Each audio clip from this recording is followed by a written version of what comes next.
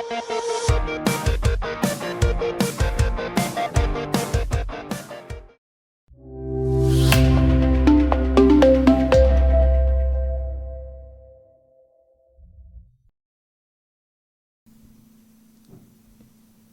pastor once said it took several years for him to make his congregation listen to the sermon.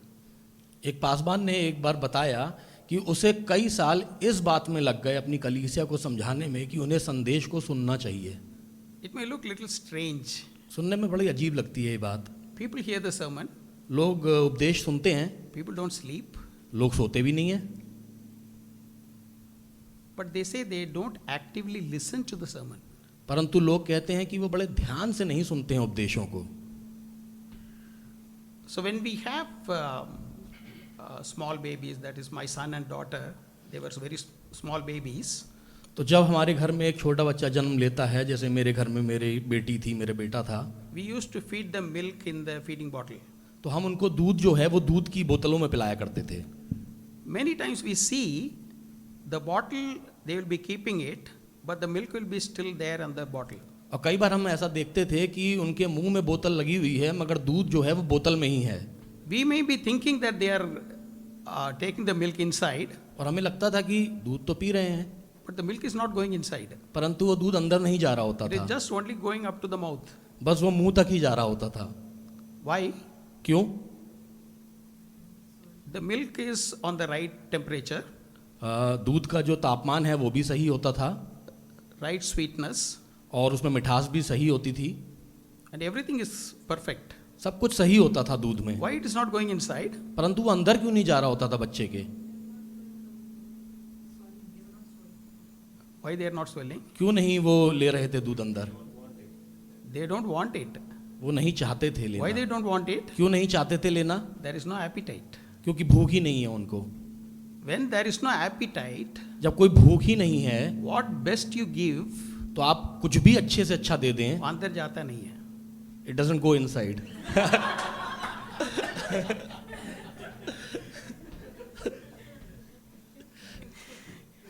Yeah.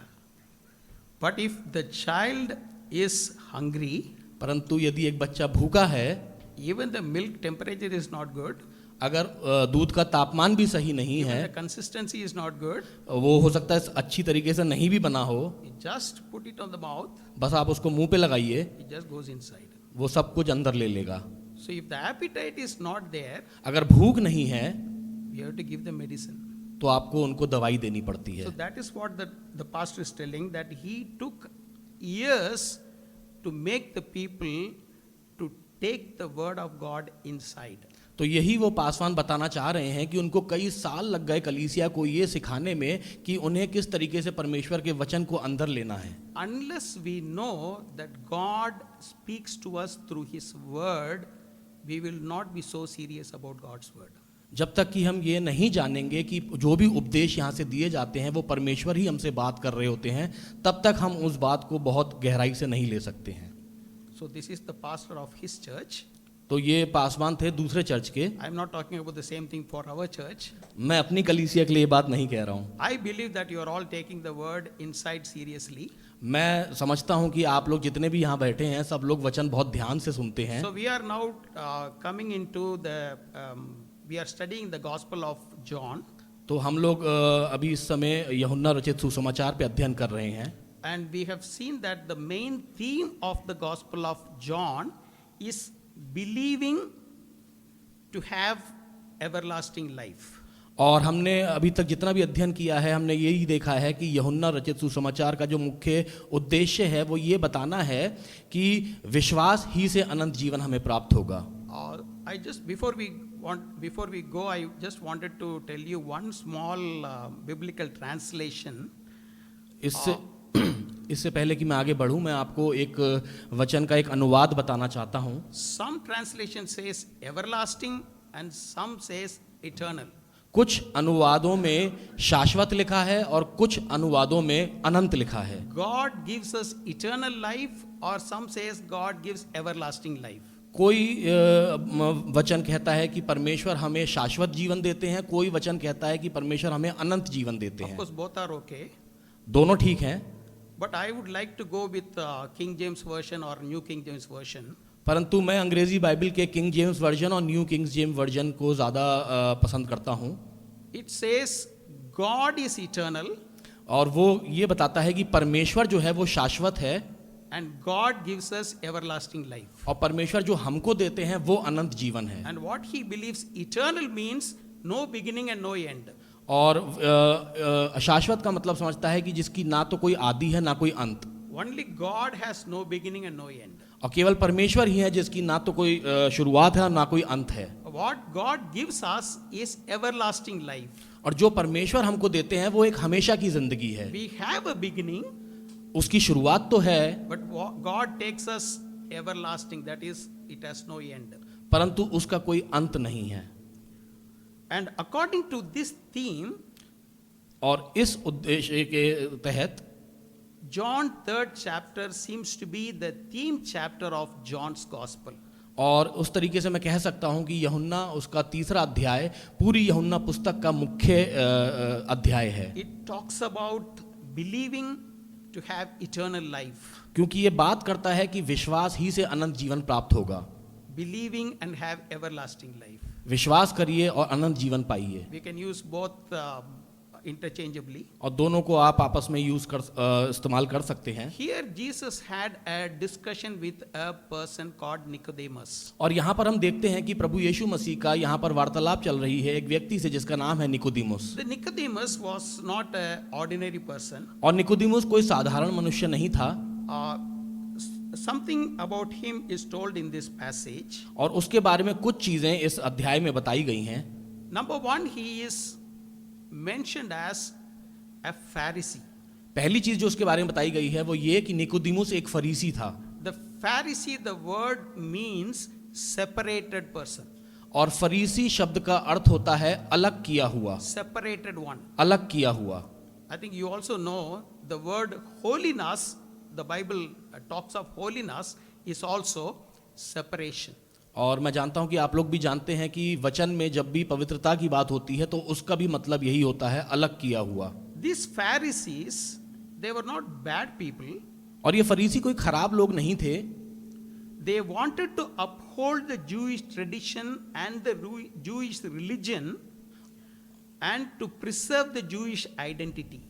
और वो जो ये फरीसी थे उनका मुख्य उद्देश्य था कि यहूदी धर्म को बनाए रखना और यहूदी पहचान को बनाए रखना। They strictly followed the Torah, the Jewish laws. और वो लोग तोरा की पुस्तकों का बहुत ही सख्ती से पालन करते थे। And for making the people to follow the laws, they made more laws.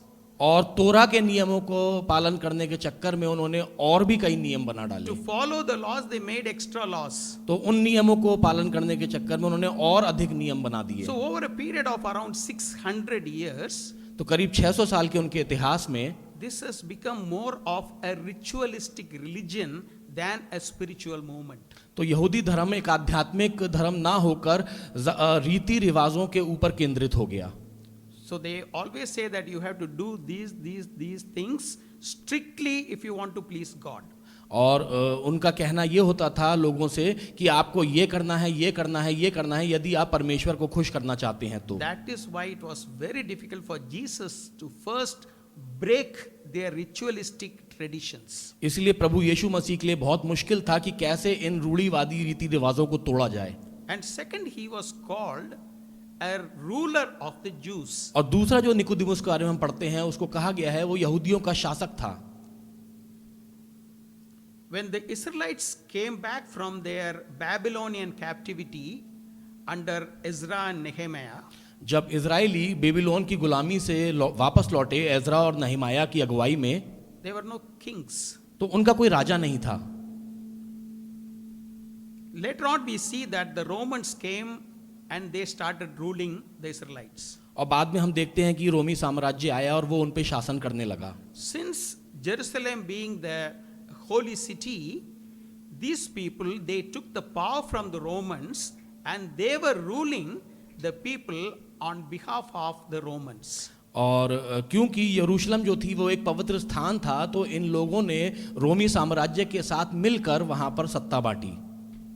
And they formed a 70-member team to rule the people. और उन्होंने वहां पर 70 लोगों का एक समूह बनाया ताकि वो लोगों पर शासन कर सकें। This we can call the parliament of Israel. और इसको हम कुछ इस तरीके से समझ सकते हैं कि आप मान लीजिए कि वो इजराइल की एक संसद थी, This we could able to, this was called Sanhedrin. और इसको महासभा कहा गया। And Nicodemus was a part of the Sanhedrin, and he was also a ruler of the Jews. और निकोदिमुस इसी महासभा का हिस्सा था, उसका शासक था और वो यहूदियों का सरदार था। Among the Pharisees, he became a chosen one to rule the people. और फरीसियों में भी उसको चुना गया कि वो लोगों पे शासन कर सके। And on the 10th verse, we see Nicodemus was the teacher of Israel. और 10वीं आयत में हम देखते हैं कि निकोदिमुस जो था वो इजराइलियों का शिक्षक था। When Jesus told him, I think if you see ESV Bible, it is not mentioned a teacher, but it is saying the teacher. जब प्रभु यीशु मसीह निकोदिमुस को संबोधित करते हैं तो वो कोई ऐसे ही एक अन्य शिक्षक की बात नहीं कर रहे, परंतु उसको एक मुख्य शिक्षक की तरह संबोधित कर रहे हैं। That means he was the voice and authority of all concerning the religious things in Jerusalem. तो हम ये मान के चल सकते हैं कि निकोदिमुस जो था उस जमाने के यहूदियों के जो भी धार्मिक कार्यक्रम होते थे उसमें एक मुख्य आवाज था, एक मुख्य कह सकते हैं एक सर्वोच्च प्राधिकारी था। The statement also indicates that he knew the scriptures thoroughly to the extent that he can expose and explain that to others. और वचन हमें यह भी बताता है, वचन पढ़ने से हमें यह भी प्रतीत होता है कि निकोदिमुस परमेश्वर के वचन को बहुत अच्छी तरीके से जानता था और इतनी अच्छी तरीके से जानता था कि लोगों को उसकी शिक्षा दे सकता था, उन्हें समझा सकता था। Some scholars they say that he is considered to be in the rank of pope for the Israelites. और कुछ विद्वानों का मानना है कि अगर आज के ज़माने में देखा जाए तो पोप जो स्थान रखते हैं वही स्थान निकोदिमुस का था। He came to Jesus वो प्रभु यीशु मसीह के पास आया and Jesus told, और प्रभु यीशु मसीह ने कहा, you do not understand. तुम नहीं समझते। That is what we read in verse 10. वही हम 10वीं आयत में पढ़ते हैं। And in verse 11 he says, you do not accept. और 11वीं आयत में प्रभु यीशु मसीह कहते हैं तुम ग्रहण नहीं करते। And the third in verse 12 he says, you do not believe. और 12वीं आयत में कहते हैं तुम विश्वास नहीं करते। That was a very straightforward answer of Jesus to this great personality. और प्रभु यीशु मसीह का बड़ा सीधा सा उत्तर था इस महान बड़े व्यक्ति के लिए। Just imagine, Jesus was 30-year-old young man. आप बस सोच के देखिए कि प्रभु यीशु मसीह उस समय 30 साल के एक नौजवान थे। Probably this man would have been a very elderly person. और निकोदिमुस मैं सोचता हूँ एक बहुत ही बुजुर्ग व्यक्ति रहा होगा। Before we go further, we'll just see few observations from this passage. इससे पहले कि हम वचन में आगे बढ़ें, मैं कुछ चीजों पे ध्यान केंद्रित करना चाहता हूँ। This Nicodemus came to Jesus at night. ये निकोदिमुस प्रभु यीशु मसीह के पास रात्रि के वक्त आया। Some people they say that he came in the night so that people will not see him. कुछ लोगों का मानना है कि वो रात्रि के वक्त इसलिए आया कि लोग उसको पहचाने नहीं, देख नहीं पाए। That's not a very right argument because such a great person wherever he goes everybody knows. ये कोई इस बात में कोई दम नहीं लगती है क्योंकि वो इतना महान व्यक्ति है कि वो जहां भी जाएगा लोग तो उसको देखेंगे He ही, can't escape. वो बच नहीं सकता। But he went to Jesus at night परंतु because he wanted a undisturbed time with Jesus for discussion. परंतु वो प्रभु यीशु मसीह के पास रात्रि के वक्त इसलिए गया क्योंकि वो यीशु मसीह के साथ जब मिलना चाहता था तो उसमें किसी प्रकार की बाधा नहीं चाहता था। Because we know that Jesus was always surrounded by many people. और हम जानते हैं प्रभु यीशु मसीह हर समय लोगों से घिरे रहते थे। People came to him to get healed. लोग उनके पास आते थे चंगाई के लिए। People wanted to hear his sermon. लोग उनके उपदेश सुनने आते थे। People wanted to serve him. लोग उनकी सेवा के लिए आते थे। And some disciples were always with him. और कुछ चेले तो हमेशा प्रभु यीशु मसीह के साथ रहते थे। But normally rabbis they used to give their wisdom during night time. परंतु बहुत से रब भी अपना ज्ञान जो है वो रात्रि के वक्त देते थे, when they were clear of their mind to talk to the people when there is no disturbance from others. और रात्रि के वक्त उनका दिमाग एकदम सही चलता था और वो उसमें कोई बाधा नहीं होती थी। This person wanted to have a personal relationship and also a personal discussion with Jesus. Probably that is why he has gone in the night to Jesus. और निकोदेमुस व्यक्तिगत रूप से प्रभु यीशु मसीह से मिलना चाहता था और उसमें किसी प्रकार की बाधा नहीं चाहता था, इसलिए मैं मानता हूं कि कई लोग मानते हैं कि वो रात्रि के वक्त उनसे मिलने गया। Probably we can also take a lesson from this. और हम भी इससे कुछ शिक्षा ले सकते हैं। When we go to God, we go in undisturbed time. जब हम परमेश्वर के पास जाएं तो हम भी ऐसे वक्त में जाएं जब कोई बाधा ना हो, Not because God is busy during the other time, क्योंकि ऐसा नहीं है कि परमेश्वर व्यस्त होंगे कहीं और, because we will be disturbed during the other time. क्योंकि दूसरे वक्त में हम लोग हो सकता है व्यस्त हों। There will be some phone calls will come, some messages will come, somebody will be calling, somebody will be doing something. So that time we may not be able to have a personal time with Jesus. क्योंकि बाकी समयों में हो सकता है अलग अलग तरीके के विघ्न पड़े, जैसे कोई फ़ोन आ रहा है, कोई मैसेज आ रहे हैं, तो हम व्यक्तिगत रूप से अच्छे रूप से हम प्रभु से शायद नहीं मुलाकात कर पाएं। We see that the men of God, they always spend the early morning time or the late night time with Jesus. That will be an undisturbed time to be with God. और हम कई ऐसे लोगों को देखते हैं जो परमेश्वर के जन हैं, वो ज़्यादातर अपना समय प्रभु के साथ व्यतीत करते हैं, या तो सुबह या फिर रात को, क्योंकि वो चाहते हैं कि किसी प्रकार की बाधा ना हो। And Nicodemus addressed Jesus respectfully. दूसरी चीज़ हम देखते हैं कि निकोदेमुस जब प्रभु यीशु मसीह से बात करता है तो वो उनको बहुत सम्मान के साथ संबोधन We have करता है। seen later there were Pharisees who came to Jesus, the Sadducees they came to Jesus, the teachers of the law came to Jesus. They were trying to ask questions to ridicule Jesus. और हमने वचन में देखा है कि जिस तरीके से फरीसी, सदूकी और शास्त्री लोग जब प्रभु यीशु मसीह के साथ पास आते थे तो एक मजाक उड़ाने के लिए उनसे सवाल पूछा करते थे। But this man was very clear and he respected Jesus and he told that you are the person who has come from God. परंतु जब निकोदेमुस प्रभु यीशु मसीह के पास आया तो वो बहुत ही सम्मान पूर्वक उनके पास आया और उसने उनसे कहा कि हम ये जानते हैं कि आप परमेश्वर की ओर से आए हैं। And he says that if you are not from God, you cannot do the signs what you have been doing.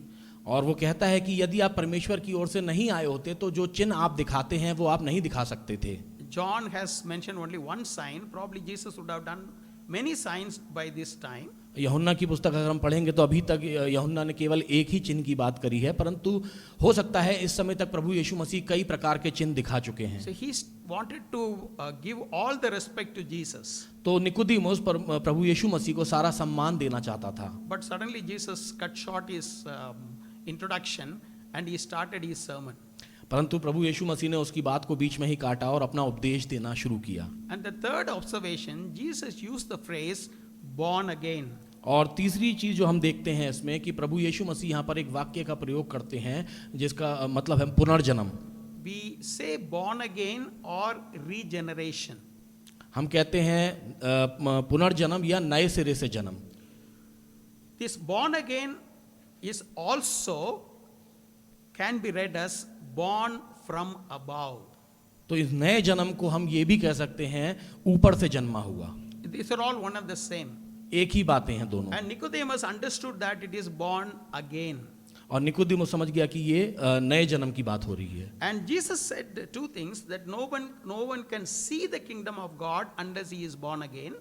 और प्रभु यीशु मसीह यहाँ पर दो बातें कहते हैं कि कोई भी परमेश्वर के राज्य को देख नहीं सकता यदि वो नए सिरे से ना जन्मा हो। And in verse 5 he says no one can enter the kingdom of God unless he is born of water and spirit. और 5वीं आयत में प्रभु यीशु मसीह कहते हैं कोई भी परमेश्वर के राज्य में प्रवेश नहीं कर सकता जब तक कि वो जल और आत्मा से ना जन्मा हो। Some people they say that seeing is one experience and entering is another experience. कुछ लोग कहते हैं एक जगह पर प्रभु यीशु मसीह देखना कह रहे हैं और प्रवेश करना कह रहे हैं, तो दोनों अलग अलग बातें हैं। I don't believe that. मैं इस बात पे यकीन नहीं Because रखता, only if you are in the light you can see the kingdom of God. क्योंकि आप यदि ज्योति में होंगे तभी आप परमेश्वर के राज्य को देख Only सकते the हैं, people who see the kingdom of God they will enter into the kingdom. और जो लोग देख सकते हैं वही प्रवेश भी करने पाएंगे। So both can be taken as the same. तो दोनों एक ही बात हम मान सकते हैं। Okay. And probably this is the first time Jesus is using this phrase born again. और ये शायद पहली बार है जब प्रभु यीशु मसीह इस वाक्य का प्रयोग कर रहे हैं, नए सिरे से जन्म। But it is also mentioned little earlier in the same sense in John's Gospel, first chapter, if we read from 11 and 12.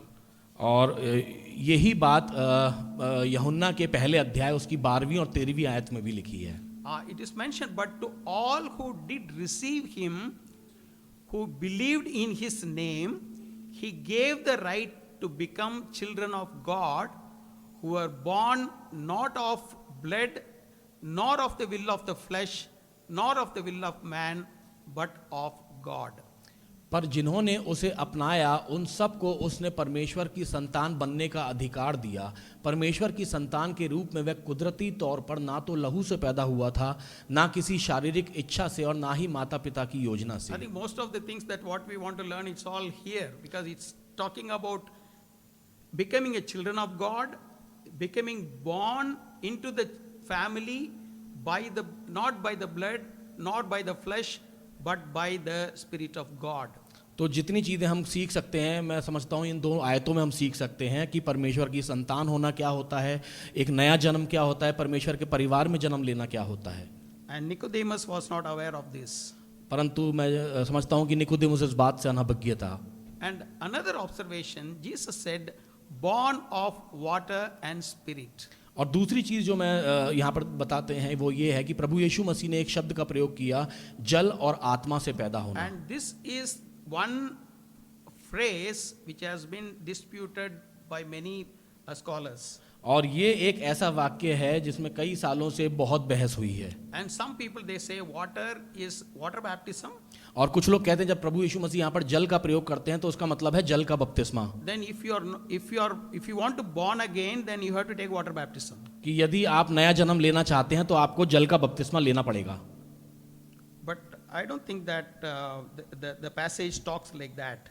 परंतु मैं नहीं समझता कि यहाँ पर जो लिखा हुआ है उसका ये मतलब है। So if you read the same John's 3rd chapter, यदि आप तीसरा अध्याय पढ़ें यूहन्ना का, in 15th verse it says, और उसकी 15वीं आयत आप यदि that we देखें, all know John 3:15, हम सब लोग जानते हैं John 3:15, that everyone who believes may have eternal life in him. ताकि जो कोई विश्वास करे उसमें अनंत जीवन पाए। And you come to verse 16, और 16वीं आयत में यदि आप आओ, and those who believe in him should not perish but have eternal life. ताकि जो कोई उस पर विश्वास करे वह नाश ना हो परंतु अनंत जीवन पाए। And you come to the 18th verse, 18वीं आयत में आप आइए, whoever believes in him is not condemned, but whoever does not believe is already condemned. जो उस पर विश्वास करता है उस पर दंड की आज्ञा नहीं होती, परंतु जो उस पर विश्वास नहीं करता वह दोषी ठहर चुका। Jesus was not explaining about the water baptism here. तो प्रभु यीशु मसीह जब जल की बात कर रहे हैं तो यहाँ पर जल के बपतिस्मे की बात नहीं कर रहे हैं, What he is talking about water. परंतु वो जल की बात कर रहे हैं। क्या बात कर रहे हैं? Some people say that water is the present birth and spirit is the second birth. कुछ लोग का मानना है जल का मतलब हमारा अभी का जन्म और आत्मा का मतलब हमारा नया जन्म। We can accept that. हम उसको मान सकते हैं। But Nicodemus, being a teacher of the law, he always go to the Old Testament to understand what Jesus was telling. परंतु निकोदेमुस जो कि खुद एक शिक्षक था और व्यवस्था का शिक्षक था, वो हमेशा पुराने नियम में जाएगा ये समझने के लिए कि प्रभु यीशु मसीह उससे क्या कहना चाह रहे हैं। I just wanted to take you to Ezekiel 36 chapter 25 to 27. और मैं आपको ले जाना चाहता हूँ यहेजकेल की पुस्तक उसका 36वां अध्याय और उसके 25वें से लेकर 27वें आयत Here तक। was the prophecy of Jesus' ministry is mentioned. और यहाँ पर प्रभु यीशु मसीह की सेविकाई की भविष्यवाणी की गई He है। said, I will sprinkle clean water on you and you will be clean. और यहाँ पर इस प्रकार लिखा है, तब मैं तुम्हारे ऊपर शुद्ध जल छिड़कूंगा और तुम्हें शुद्ध करूंगा। I will cleanse you from all your impurities and from all your idols. मैं तुम्हारी सारी गंदगियों को धो डालूंगा और उन घृणित देव मूर्तियों से उत्पन्न गंदगी को धो डालूंगा। I will give you a new heart and put a new spirit in you. परमेश्वर ने कहा मैं तुम में नई आत्मा भी भरूंगा और तुम्हारे सोचने के ढंग को बदलूंगा। I will remove from you the heart of stone and give you a heart of flesh. मैं तुम्हारे शरीर से कठोर हृदय को बाहर करूंगा और तुम्हें एक कोमल मानवीय हृदय दूंगा। All these things about washing with water. और ये सब बातें हम क्यों बता रहे हैं कि वो जल के बारे में। And then in 27 he says, and I will put my spirit in you and you to follow my decrees and careful to keep my laws. मैं तुम्हारे भीतर अपनी आत्मा प्रतिष्ठित करूंगा, मैं तुम्हें बदलूंगा जिससे तुम मेरे नियमों का पालन करोगे, तुम सावधानी से मेरे आदेशों का पालन करोगे। This is what God does in us when we are born again. यही चीज है जो परमेश्वर हमारी जिंदगियों में करता है जब हम नए सिरे से जन्म लेते हैं। He is completely cleansing us with the water प्रभु ने हमको जल से शुद्ध किया and he puts his spirit in us. और वो हम में अपनी आत्मा को रखते हैं। He gives a new heart in us. वो हमारे अंदर एक नए हृदय को उत्पन्न करते हैं। I think one of the great teacher, Jonathan Edwards, he was saying, if you have a heart of stone, if somebody pricks with a pin, the pin will bend. एक महान विद्वान हैं जोनाथन एडवर्ड, और वो बताते हैं कि यदि अब आपके अंदर एक पत्थर का हृदय है और आप उसमें यदि सुई चुभोएंगे तो वो सुई जो है वो मुड़ जाएगी। But if you have a heart of flesh, if somebody pricks you with a pin, the heart will bleed. परंतु यदि आपके अंदर एक मांस का हृदय है और उसमें कोई सुई चुभोएगा तो उसमें से लहू निकलेगा। Whoever says whatever thing on you, you will try to understand, you will try to praise God with that. तो जो भी आपके साथ होता है उसमें आप समझेंगे और परमेश्वर को धन्यवाद देंगे। And finally, the last observation, Jesus talked of wind and the brass serpent. अब पांचवा अवलोकन हम देखते हैं कि यीशु मसीह यहाँ पर हवा के बारे में बात कर रहे हैं और कांसे या पीतल के सांप के बारे में बात कर Jesus रहे हैं। wanted to explain to him the new birth with the two important illustrations to this man. तो प्रभु यीशु मसीह निकोदिमुस को जब नए जन्म के बारे में बताना चाह रहे हैं तो वो दो उदाहरण ले रहे हैं उसको समझाने के The लिए। first thing he told, it's like wind. पहली उदाहरण जो वो लेते हैं वो ये लेते हैं कि वो एक हवा के समान है। The wind flows in its own direction. हवा अपने ही उसमें चलती है। You don't control it. आपका उस पर कोई नियंत्रण नहीं होता है। You can only feel it. आप केवल उसको महसूस कर सकते You हैं। can only experience it. आप केवल उसको अनुभव कर सकते You हैं। can't explain it. आप उसको समझा नहीं The सकते। new life, what God gives, you can experience it. You cannot explain it. तो नया जन्म या नया जन्म जो आपको मिलता है आप उसको बस महसूस कर सकते हैं, आप किसी को समझा नहीं It सकते। is like a sudden wind. और वो एक अचानक से हवा जो तेज चली उसकी तरह है। Could you able to recall what happened at the day of Pentecost, as we read in the second chapter of Acts of Apostles? क्या आप लोगों को याद है कि प्रेरितों के काम उसके दूसरे अध्याय में पिंतकुस्त के दिन के समय क्या हुआ था? There was a mighty wind flowing on the people. और बहुत तेज हवा उस समय लोगों के ऊपर चली They all received the Holy Spirit. और सबको पवित्र आत्मा प्राप्त हुई। This is what the new birth is. ये है नया जन्म, This is the work of the Spirit. ये आत्मा का कार्य है। You can't explain it. You cannot take a paper and pen and you can derive it. आप उसको किसी को समझा नहीं सकते, आप कागज और पेन लेकर उसको किसी को लिख के नहीं बता This सकते। is not like a mathematics formula. ये गणित की तरह नहीं है। Then after Jesus studying all these things, ये सब बातें कहने के बाद on the 9th verse, 9वीं आयत में Nicodemus has another question. अब निकोदिमुस के पास दूसरा How सवाल है। can this be? ये कैसे हो सकता है? How it is possible? ये कैसे मुमकिन है? He is a man who has seen everything. He has a strong cause and effect principles. और ये वो ऐसा व्यक्ति है जो किसी भी बात के पीछे लॉजिक लगाता है और तब समझता है उसको। If you do something, something will happen. अगर आप कुछ करेंगे तब कुछ होगा। Then Jesus gave a beautiful example that silenced him. और उसके बाद प्रभु यीशु मसीह एक ऐसा उदाहरण देते हैं जिससे वो शांत हो गया। What was the example? क्या उदाहरण था वो? That was the example of bronze serpent Moses lifted in the wilderness. और वो उदाहरण था जब जंगल में इजरायली थे और मूसा ने पीतल के सांप को ऊंचे पर उठाया The था। people rebelled against God, इजरायलियों ने परमेश्वर के विरुद्ध बलवा किया and God sent fiery serpents to bite these people.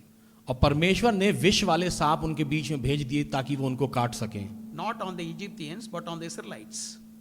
मिस्रियों के ऊपर नहीं, इजरायलियों के लिए। And people were dying.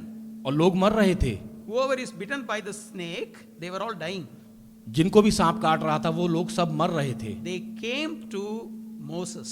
और वो सब लोग फिर प्रभु मूसा के पास आए। We have sinned, you please help us. हमने पाप किया है, हमारी मदद कर। Moses went to God. मूसा परमेश्वर के पास गया And God gave him a solution. और परमेश्वर ने उसको एक निवारण बताया। What he said, क्या कहा परमेश्वर ने? you make an image of the serpent and put it on a pole. आप सांप की एक आकृति बनाओ और उसको खंबे पर लगाओ। Please listen to me carefully. बहुत ध्यान से सुनिएगा इस बात को। Put the serpent image in a pole. सांप की आकृति को बनाकर उसको खंबे पर लटकाइए। Whoever is bitten by the snake, जो भी सांप का डसा हुआ है he has to see the image. उसको उस आकृति की ओर देखना है। They will get detoxicated. और जो विष का असर है वो उनके शरीर से खत्म हो The जाएगा। venom of the snake will remove from their body. जहर जो है सांप का वो उनके शरीर से खत्म हो जाएगा। How it is possible? ऐसा कैसे हो सकता है? We go to the doctor. हम चिकित्सक के पास जाते हैं Doctor takes some medicine on the syringe. और इंजेक्शन में वो कुछ दवाई भरते हैं doctor, They will give an injection, और फिर हमें इंजेक्शन देते हैं, or he will give some medicines to you to orally take it, या फिर हमको कोई दवाई देते हैं खाने के लिए, or he will do some surgery. या वो हमारे ऊपर कोई ऑपरेशन करते हैं। Then we say that something is removed. तब हम कहते हैं कि हाँ कुछ हुआ है, कुछ हटाया गया है। Nicodemus, you now understand. There was a serpent which was raised. Somebody is bitten by snake. You don't take any medicine. You just see the serpent which is lifted high and you are okay. और Nicodemus को ये समझाया जा रहा है कि सांप से कटे हुए लोग हैं, सांप से डसे हुए लोग हैं, उनको कोई दवाई लेने की जरूरत नहीं है। केवल उनको क्या करना है, उस आकृति की ओर, उस सांप की आकृति की ओर देखना है और वो उससे इलाज पा जाएंगे। How can this be? ये कैसे मुमकिन है? It happened there in the Old Testament. It is going to happen in the New Testament. ये पुराने नियम में भी हुआ था और ये नए नियम में भी होना है। I think Jesus beautifully explained to him. और प्रभु यीशु मसीह ने बहुत ही शानदार तरीके से उसको समझाया। We have a little time to understand what we learned from this passage. अब हमारे पास थोड़ा समय बचा है कि हमने आज के इस अध्याय से क्या सीखा। I just want to give you 3 important lessons from this passage. और आज जो हमने पढ़ा उसमें से मैं आपको 3 शिक्षा की बातें बताना चाहता New हूँ। birth is an essential and necessary condition for everlasting life. नया जन्म हमेशा की जिंदगी के लिए एक जरूरी शर्त है। Regeneration is the beginning of Christian life. पुनर्जन्म या नया जन्म एक मसीही जिंदगी की शुरुआत है। Our starting is not being born into a Christian family. हमारी शुरुआत ये नहीं है कि हमने एक मसीह परिवार में जन्म ले लिया। Our start is not having a Christian name. हमारे शुरुआत ये नहीं है कि हमारा एक मसीही नाम है, But our start is getting the new birth by Jesus, that is born from above. परंतु हमारी शुरुआत ये है जब हमको नया जन्म प्राप्त होता है प्रभु यीशु मसीह की ओर से। And there is only one condition for this. और उसके लिए केवल एक शर्त है। What is the condition? क्या शर्त है? Repent and believe Jesus is Lord. पश्चाताप करो और विश्वास करो कि प्रभु यीशु मसीह This ही is the परमेश्वर message है। of Jesus. यही प्रभु यीशु मसीह This का is the संदेश message है। of John the Baptist. यही जो यूहन्ना बपतिस्मा दाता का This संदेश is है। the message of all the apostles. यही सभी प्रेरितों का भी They संदेश all था। started the message, repent and believe the kingdom of God is near. और उन सब का एक ही संदेश था कि पश्चाताप करो और विश्वास करो क्योंकि परमेश्वर का राज्य निकट है। There is no other condition attached to this. और इसके अलावा और कोई शर्त नहीं है। What will happen in this new life? जब हम नया जन्म पाएंगे तब क्या होगा? God will change us new. परमेश्वर हमको नया कर He देंगे। will give us a heart of flesh. परमेश्वर हमारे शरीर में मांस का हृदय रख देंगे। He will change us completely. हमें पूरी तरीके से बदल के रख देंगे। God so loved the world परमेश्वर ने जगत से ऐसा प्रेम रखा that he gave his only begotten son. कि उसने अपना इकलौता पुत्र दे दिया। Whoever believes in him ताकि जो कोई उस पर विश्वास करे they will not perish but have everlasting life. वह नष्ट ना हो परंतु अनंत जीवन पाए। There is no big condition for this. कोई बहुत बड़ी शर्त नहीं है इसके लिए, Condition what God has given is not impossible for anyone. और जो शर्त प्रभु यीशु मसीह हमारे सामने रखते हैं वो किसी के लिए भी नामुमकिन नहीं है, It is possible for everyone. हर एक के लिए वो मुमकिन है। And the second lesson is new birth is offered to us free only by Jesus. और दूसरी शिक्षा जो हम यहाँ से पाते हैं कि नया जन्म हमें सिर्फ यीशु ने मुफ्त में दिया है। A baby comes into this world without any effort of its own. जब एक बच्चा इस दुनिया में जन्म लेता है तो उसमें उसका कोई योगदान नहीं होता है। Any one of you have come into this world by full calculation? आप में से कोई भी व्यक्ति है जो इस दुनिया में आया है सारे गणित लगाने के बाद? I wanted to come into this world during this time, during the change of this millennium. Anything you planned before that? आप में से किसी ने भी किसी तरीके की योजना बनाई थी कि मैं इस वक्त पैदा हूं? The baby is born without its effort. कोई भी बच्चा जब जन्म लेता है तो उसमें उसके कोई प्रयास नहीं But होते the हैं, baby is not born without effort. परंतु बच्चे का जन्म बिना प्रयासों के नहीं होता है। The effort is not the baby's, तो वो प्रयास बच्चे की ओर से नहीं होते the हैं, effort is somebody else. वो प्रयास कुछ और लोगों का होता है। God did all the effort for us to make us his children. तो परमेश्वर ने वो सारे प्रयास किए ताकि हम उसके बच्चे कहला He सकें, paid the full price for us. और उसने ही सभी कीमतों को चुकाया। It is not a cheap thing. He did everything on the cross for us to make us his children. और ये कोई सस्ती चीज नहीं है, उसने बहुत बड़ी कीमत चुकाई हमको अपना पुत्र और पुत्री ठहराने के लिए। We need not have to do any ritual. हमें कोई रीति रिवाज करने की जरूरत We नहीं need है, not have to pay any price. हमें कोई कीमत चुकाने की जरूरत We नहीं है, cannot earn this. हम इसको कमा भी नहीं सकते हैं, It's all given to us by God free of cost. और ये सब परमेश्वर की ओर से हमको मिला है सेंत मेत। For Nicodemus, he has to be determined to do something. परंतु निकोदेमुस जो है वो दृढ़ है कि मुझे कुछ करना है, He wanted to try something to get better. वो प्रयास करना चाहता है कि मैं किस तरीके से और बेहतर बन सकूं। Jesus said, it is not the determination, it is the dependence on God. और प्रभु यीशु मसीह को यही समझाते हैं कि ये तुम्हारे दृढ़ प्रयासों से नहीं होगा, It is परंतु not- परमेश्वर पे विश्वास के द्वारा होगा। It is not trying, it is trusting. ये प्रयासों से नहीं होगा, ये भरोसे से होगा। It is not with our hands, ये आपके हाथों से नहीं होगा, it is with all our inner being. वो आपके संपूर्ण जीवन से होगा। We completely dependent on Jesus, we completely trust him, and he will give us the new birth. आपको बस विश्वास रखने की जरूरत है, आपको बस भरोसा रखने की जरूरत है, और प्रभु आपको नया जन्म देगा। In this passage from 19 to 21, Jesus illustrates this with an example. और इसी अध्याय में 19 से लेकर 21 यदि हम पढ़ेंगे तो यहाँ पर प्रभु यीशु मसीह एक और उदाहरण देते He हैं। says, light came into this world, वो कहते हैं कि ज्योति इस दुनिया में आई, and people don't want to come to the light because they will get exposed. और लोग इस ज्योति में नहीं आना चाहते हैं क्योंकि उनके बुरे काम उजागर हो जाएंगे।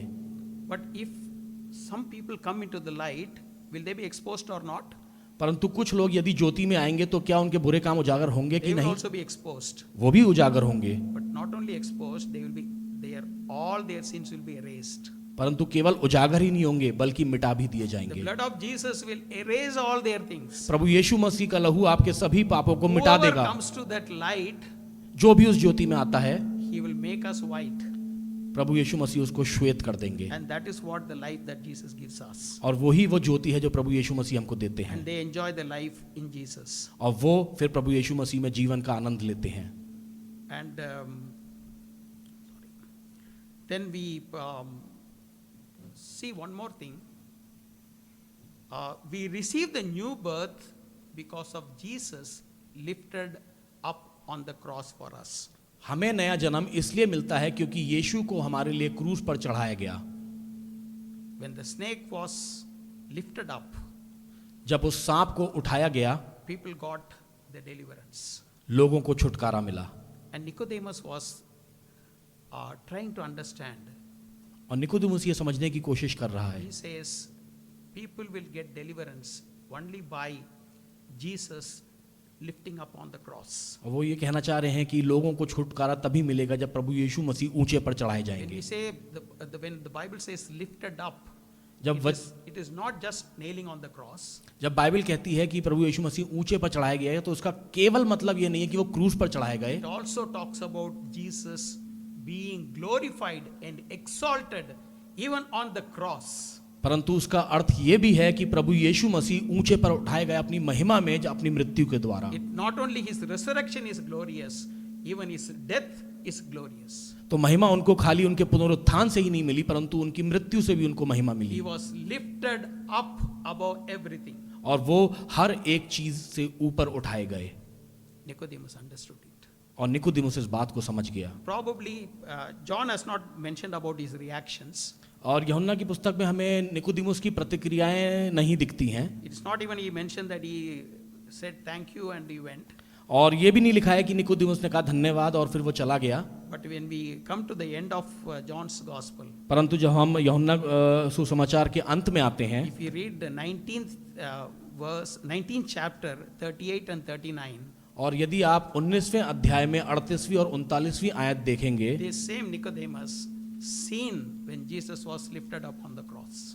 तो यही निकोदेमुस हमको दोबारा दिखाई देता है, और उस समय जब प्रभु यीशु मसीह क्रूस पर चढ़ाए गए, And when Jesus died, जब प्रभु यीशु मसीह की मृत्यु हुई, he went with Joseph of Arimathea, तो यही निकोदेमुस अरमतिया के यूसुफ के साथ गया, and he was involved in Jesus' burial. और वो प्रभु यीशु मसीह के गाड़े जाने की प्रक्रिया में था। He has collected lots of perfumes for Jesus' burial. उसने बहुत से गंधरस इकट्ठे किए थे प्रभु यीशु मसीह के गाड़े जाने के लिए। So this is the one man who has understood the importance of Jesus lifting up on the cross. तो ये वो व्यक्ति है जो समझा था प्रभु यीशु मसीह के ऊंचे उठाए जाने की बात को। So three things that we are seeing. The new birth is essential and necessary for us. तो तीन चीजें जो हमने सीखी, वो पहला है कि नया जन्म हमारे लिए बहुत ही And जरूरी it है, is free for us. और वो हमारे लिए मुफ्त है, And only Jesus can give to us. और केवल प्रभु यीशु मसीह ही हमें दे सकते हैं, And third, it is possible only when Jesus lifted up on the cross. और वो तभी मुमकिन है जब प्रभु यीशु मसीह ऊंचे पर उठाए गए। Probably you may say that, what is for us? We are already born again. आप लोग कहेंगे हमारे लिए संदेश में क्या है, हम तो पहले ही नया जन्म हमको प्राप्त हो चुका है। I just wanted to give you two important things. मैं आपको दो महत्वपूर्ण बातें बताना चाहता हूँ। If you are born again, यदि आपका नया जन्म हो चुका है, you have to grow in God's word. तो आपको परमेश्वर के वचन में बढ़ना है। So, if you have your Bibles, please turn with me to 1 Peter 2nd chapter and 2nd verse. यदि आपके पास बाइबल है तो पहला पत्रस उसका दूसरा अध्याय और उसकी दूसरी 1 आयत, Peter 2nd chapter and 2nd verse. पहला पत्रस 2:2। Anybody can read in any language. कोई भी किसी भी भाषा में पढ़ सकता है। नए जन्मे हुए बच्चों के नाई निर्मल आत्मिक दूध की लालसा करो, ताकि उसके द्वारा उद्धार पाने के लिए बढ़ते जाओ। Like newborn babies, crave pure spiritual milk, so that by it you may grow in your salvation. नए जन्मे हुए बच्चों की नाई निर्मल आत्मिक दूध की लालसा करो, ताकि उसके द्वारा उद्धार पाने के लिए बढ़ते जाओ। We start with milk, हम सब की शुरुआत दूध से ही होती go है, with meat. फिर उसके बाद हम मांस पे आते हैं। God helps us. परमेश्वर हमारी मदद करते हैं, This is what growing in the word. और इसका मतलब है वचन में बढ़ना। How much importance we give to the word of God. हम अपनी जिंदगी में परमेश्वर के वचन को कितना महत्व देते How हैं। much time we spend on the word of God on daily basis. परमेश्वर के वचन पर दैनिक जीवन में हम कितना समय व्यतीत करते How हैं। much we spend in memorizing the word of God. कितना समय हम व्यतीत करते हैं वचन को याद करने How में। much time we spend in meditating the word of God. कितना समय हम लगाते हैं परमेश्वर के वचन पे चिंतन और मनन How करने के much लिए, time we spend in applying the word of God. और कितना वक्त हम लगाते हैं परमेश्वर के वचन को अपने जीवन में लागू करने के I लिए। think that is the important thing for us. और ये हमारे लिए बहुत महत्वपूर्ण बात है। And the second thing I just wanted to tell, that is grow in Jesus. और दूसरी चीज जो मैं आप लोगों के सामने बताना चाहता हूँ कि यीशु में बढ़ो। I just you turn with me to Colossians आप मेरे साथ निकालिए कुलुस्सियों की पुस्तक 2nd chapter दूसरा अध्याय 6 and 7. 6 और 7। Colossians 2nd chapter 6 and 7. कुलुस्सियों 2:6 से 7। Somebody can read. कोई भी आप में से पढ़ सकता है। So then, just as you received Christ Jesus as Lord, continue to live your life in Him, rooted and built up in Him, strengthened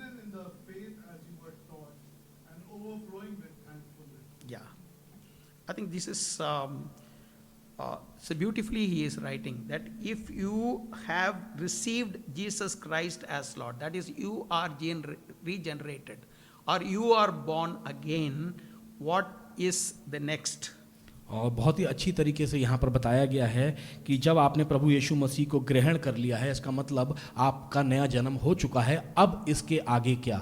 He says, live your life in Jesus. लिखता है वैसे ही उसमें चलते रहो, Rooted and built up in Jesus.